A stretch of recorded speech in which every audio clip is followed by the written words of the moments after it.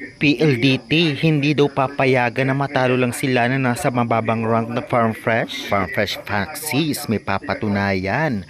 Ayaw nilang basta-bastahan na lang. Muli na, Trisha Tubo at ang import nito, tinik sa PLDT, kayang palusutan ang mga blockers. Yan ang ating pag-uusapan at bigyan ng prediksyon anong team mananalo sa videong ito. Kaya before that guys, please naman, huwag niyong kalimutan mag-like, comment, subscribe, and pa-hit the notification bell para lagi po kayong updated sa aking mga bagong video sa aking bagong channel. Maraming salamat pa-subscribe. Ito na ang bakbakan ng dalawang team.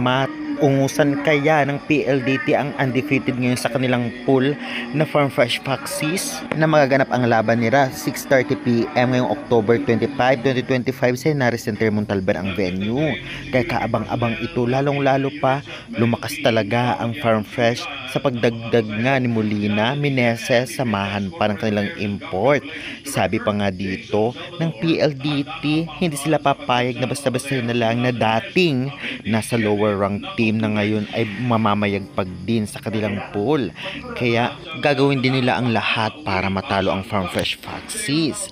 Well, ngayon nga ay talaga namang masasabi ko na 50-50 rin ng matalo ng signal ang PLDT ng 3 straight sets. Kaya naman syempre posible din itong mangyari dito sa laban ng Farm Fresh versus PLDT. Kaya hindi dapat magpakampante ang PLDT.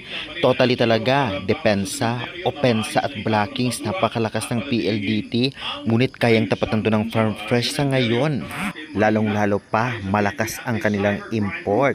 Kung sa PLDT ay hindi natin ramdam ang opensa dala ng import nila, ngunit si Davison naman ang nanggagawa. Magaling din sa depensa ang kanilang import ng PLDT. Ngunit kahit pa hindi gaano kalakasan sa opensa, malakas talaga sila pagdating sa opensa, blockings at kahit na sa depensa.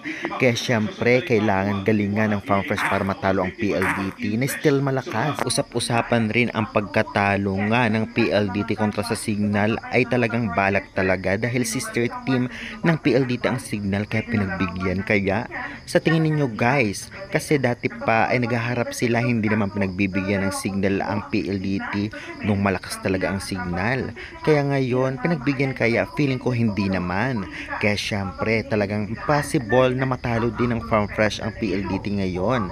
Masasabi nga natin talagang threat ang PLDT ngayon sa conference kung sila ang makakatapat ng mga ibang teams. Kaya syempre kailangan galingan. Kaya guys, tiyak na magiging maganda ang bakbakan na ito at 50-50 ang ating prediction sa pagkapanalo ng both teams.